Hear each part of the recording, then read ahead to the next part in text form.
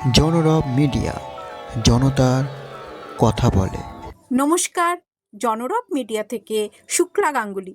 13ই জানুয়ারি 2026 গঙ্গাসাগর মেলায় সাংবাদিক সম্মেলনে কি তথ্য জানিয়েছিল তা দর্শকদের জন্য তুলে ধরা হলো। চলুন আমরা সাংবাদিক সম্মেলনে প্রবেশ করি।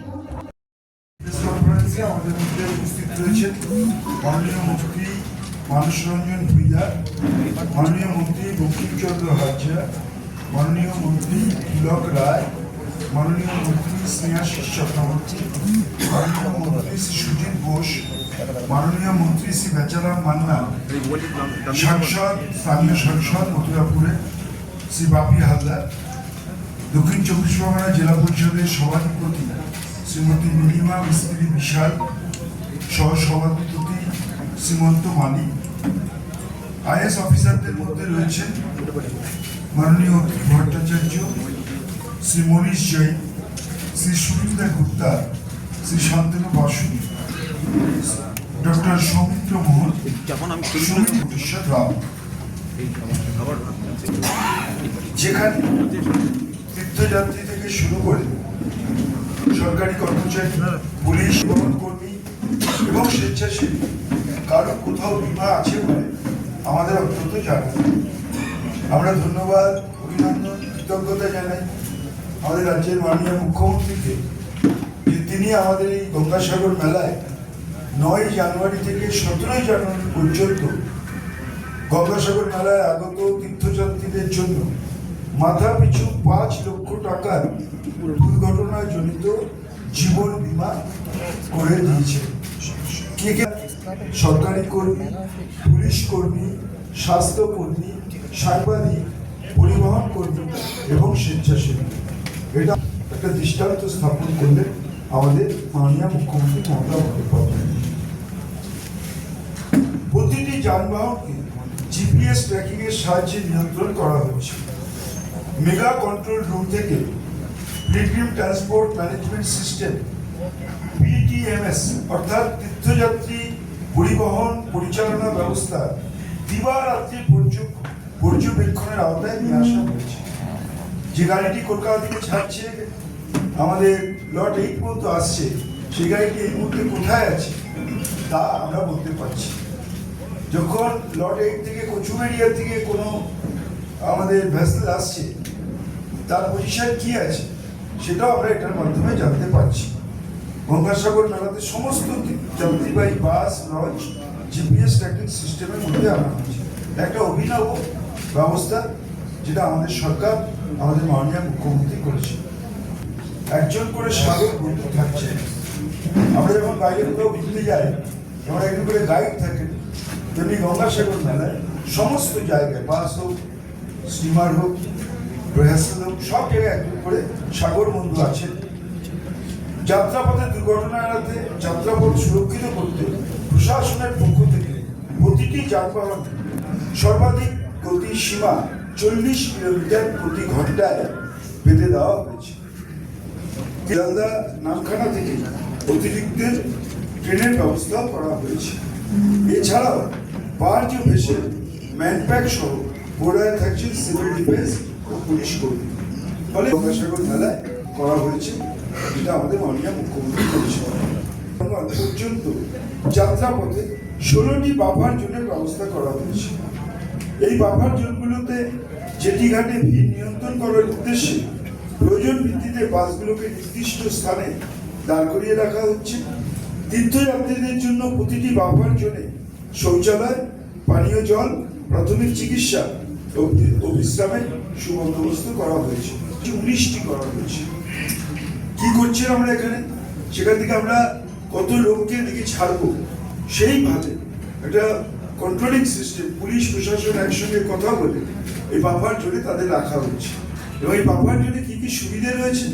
এই বাফার জোনে প্রত্যেকের জন্য শৌচালয়, পানীয় জল, প্রাথমিক চিকিৎসা ও বিশ্রামের সুবন্দোবস্ত রয়েছে। 20টি ড্রোন, 1200 সিসিটিভি, 10টি স্যাটেলাইট ফোন এবং 150টি ম্যানপাওয়ারের মাধ্যমে প্রশাসনের পক্ষ থেকে মেলার বিভিন্ন স্থানের উপর প্রতিনিয়ত সতর্ক নজর রাখা হয়েছে। I repeat, আর একবার কি আমাদের সরকারের তরফ থেকে এবং ছবি সহ সেটা আমরা করেছিলাম গত বছর থেকে, যার নাম দিয়েছিলাম বন্ধ। এটা সম্বন্ধে কালকেই বলেছিলাম, আপনারা খুশি হবেন। এখন পর্যন্ত আমাদের ভোটভুক্তের সংখ্যা আছে 13টি। প্রশাসনের সঙ্গে আজকেও আমরা মাননীয় মন্ত্রীরা কথা বলেছি, যেটা হয়তো বাড়াতে হতে পারে। তার কারণ এখন পর্যন্ত 4,50,000 পুণ্যার্থী ছবি সম্বলিত সংশয়পত্র সংগ্রহ করেছে। জানুয়ারি থেকে 13 জানুয়ারি পর্যন্ত সাগর কথা নামে এক আধ্যাত্মিক আলোচনা সভার আয়োজন করা হয়েছে। বিভিন্ন ধর্মীয় সংগঠন এবং দেশ বিদেশের ভক্ত সদস্যদের উল্লেখযোগ্য উপস্থিতি লক্ষ্য করা যাচ্ছে। অনেক মঞ্চ আধ্যাত্মিক ও শান্তির বার্তা প্রচারের মঞ্চে পরিণত হয়েছে। এত সিস্টেমেটিক হয়েছে, আমি সত্যি কথা পুলিশ প্রশাসন, জেলা প্রশাসনকে অভিনন্দন জানাবো। সকাল থেকে বুঝছি মাননীয় মন্ত্রীরা মাননীয় মুখ্যমন্ত্রীর নির্দেশে এরকম সিস্টেমেটিক সত্যি একটা দৃষ্টান্ত। অনুষ্ঠান মেলা সম্পর্কিত যাবতীয় বিবরণ তীর্থযাত্রীদের কাছে তুলে ধরার জন্য বসানো হয়েছে 39টি জায়ান্ট স্ক্রিন, সেগুলো ঘুরছে। এছাড়া ওয়াইফাই জোন, বিনামূল্যে ওয়াইফাই কলিং বুথ, 10টি স্যাটেলাইট ফোন এবং 760টি ম্যানব্যাগের ব্যবস্থা করা হয়েছে। ঘটনা ঘটেছে 25টি, যার মধ্যে 20টি ক্ষেত্রে খোয়া যাওয়া বস্তু উদ্ধার করে সংশ্লিষ্ট ব্যক্তিদের ফেরত দেওয়া হয়েছে। এখনো 5টি চলছে তদন্ত, আশা করছি সেটাও আমরা উদ্ধার করতে পারবো। জড়িত কারণে গ্রেপ্তার করা হয়েছে। 112 জনকে বিভিন্ন অপরাধমূলক কাজের জন্য গ্রেপ্তার করা হয়েছে। 89 জন তীর্থযাত্রীর মধ্যে প্রশাসন ও স্বেচ্ছাসেবীদের সহায়তায় 835 জন তীর্থযাত্রীকে তাদের পরিজনদের খুঁজে পেতে সমর্থ হয়েছে। পরিজনদের কাছে পৌঁছে দেওয়া হয়েছে। আউট অফ 835 আমরা তাদের কাছে পৌঁছে দিয়েছি। আমি উত্তরপ্রদেশের একজন প্লেয়ার ছিলেন হরিয়ানা। আজকে আমরা আরেকজনকে অ্যাডমিট করেছি অসুস্থতার জন্য। তার নাম হচ্ছে রমেশ চন্দ্র, বয়স 52, রাজ্য উত্তরপ্রদেশ, শ্বাসকষ্ট জড়িত কারণে আমরা এখান থেকে পাঠিয়েছি। তিনি কিছু ইনফরমেশন আপনাদের। আমরা একদম কলকাতা থেকে সাগর পর্যন্ত মেন রাস্তা ছাড়াও দুধারে যেসব গ্রামীণ কানেক্টিভিটি রাস্তাগুলো রয়েছে তার মধ্যে আমরা পথশ্রী, রাস্তাশ্রী, RIDF অন্যান্য প্রকল্পে 675 কোটি টাকা ব্যয়ে আমরা রাস্তাগুলো আমরা করেছি। আর গঙ্গাসাগর মেলায় স্যানিটেশনের জন্য আমরা আলাদাভাবে দক্ষিণ 24 পরগনা জেলা শাসককে অর্থ বরাদ্দ করা হয়েছে। পথের দুধারে কলকাতা থেকে 11টি ব্লক করে এই 11টি ব্লকের লাগোয়া 1033টি গ্রামকে কঠিন ও তরল বর্জ্য ব্যবস্থাপনার সুবিধা সম্পূর্ণরূপে নিশ্চিত করে ODF প্লাস মডেল গ্রাম হিসাবে আমরা চিহ্নিত করেছি। 96টি সলিড ওয়েস্ট ম্যানেজমেন্ট, 5টি প্লাস্টিক ওয়েস্ট ম্যানেজমেন্ট, এছাড়াও 7টি অস্থায়ী কঠিন বর্জ্য সংগ্রহ বাছাই কেন্দ্র স্থাপন করা হয়েছে মেলা প্রাঙ্গণের মধ্যে।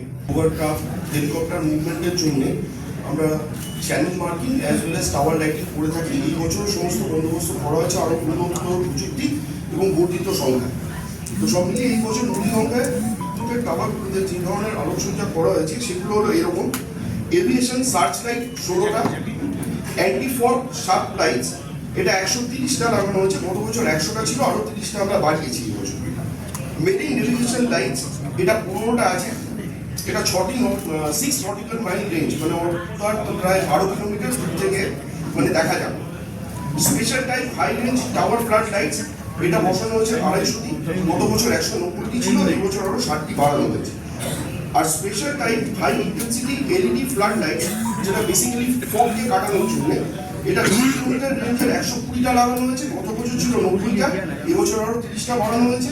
এবং 2.5 কিলোমিটার রেঞ্জে 75টি লাগানো হয়েছে। গত বছর 25টি ছিল, এবার আমরা 50টি আরও বাড়িয়েছি। আমরা মনে করেছি যে আরো কিছু লোকের দরকার এবং আরো কিছু লোক যাতে সুবিধা করতে পারে। সেই জন্য আমাদের ম্যান পাওয়ার গতকাল 375টা বলেছিলাম, সেইটা আজকে ম্যান পাওয়ারটা 453 আমরা করেছি। আমাদের এডিজি নিজে এখানে আছে, 3 জন অফিসার আছে, স্টেশন অফিসার 33 জন আছে, সাব অফিসার 21 জন করেছে এবং সেগুলো কালকে এডিজিকে নিয়ে রাত্রিবেলা বসেছিলাম সেই বড় ক্যাম্পে, যাতে ফায়ারের এস্টিমেট নিয়ে তারা থাকতে পারে সেটাও আমরা বলেছি, সেটাও কার্যকারী। যার মোটামুটি আমাদের টোটাল 18টা ফায়ার স্টেশন টেম্পোরারি আমরা করেছি, গতকাল করেছি, আর কিছুটা বললাম না, গতকাল তো বলেই দিয়েছি আপনাদের। আমাদের সুন্দরবন বিষয় দপ্তরের তরফ থেকে বিগত 2025 সালে থেকে আমরা বর্তমান বছরও আমরা এখানে গ্রিন অ্যান্ড ক্লিন মেলা, পরিবেশ বান্ধব মেলা করার জন্য এবং আমাদের যেটা মেন রোড 1 নম্বর থেকে যেটা আমাদের স্নানের ঘাট পর্যন্ত গেছে, রাস্তার জন্য আমাদের আমাদের দপ্তর প্রায় 2.5 কোটি টাকা বিভিন্ন দফায় আমাদের মাননীয় জেলা শাসকের কাছে ওনাদের যে প্ল্যান এস্টিমেট ওনারা পাঠিয়েছিলেন বিডিও অফিস থেকে থ্রু ডিএ এবং আমাদের এক্সিকিউটিভ অফিসার আর মেম্বার সেক্রেটারি যে প্রপোজাল পাঠিয়েছিলেন থ্রু ডিএম এর মাধ্যম দিয়ে আমাদের দপ্তর সেই টাকা ওনাদেরকে আমাদের আলোট করা হয়েছে। মুখ্যমন্ত্রী এটা নিয়ে সবসময় চিন্তা করছে এবং the whirling tidal effect and the peculiar phenomena of shifting tidal effect, এটা একটা অদ্ভুত আচরণ করছে। তবুও বিজ্ঞান, প্রযুক্তি এবং আমার দপ্তর তো চুপ করে বসে থাকতে পারে না। মুখ্যমন্ত্রীর নির্দেশ, আমরা জয়েন্ট ইন্সপেকশন নভেম্বরের 12 তারিখ 25-এ করিয়েছিলাম, যেখানে হাসকোনিং নেদারল্যান্ড থেকে একটা টিম এসেছিল। আপনারা জানেন পৃথিবীর সবচাইতে top hydrological conceptual scientific methodology adopt করেন নেদারল্যান্ড, তাদের আমরা আমন্ত্রণ করেছিলাম with his consent professor S Sanyasiraj from IIT Madras, এবং তাকে কনসালটেন্ট হিসাবে এই স্টাডি টিমের হেডে আমরা বসিয়েছি। রক্ষা করা, সাগরের এগিয়ে আসা এবং biting effect of the tidal effect of the এই যে সমুদ্রের একটা বিপজ্জনক দিকে চলছে, সেগুলোকে আমরা লক্ষ্য করে কি করা যায়।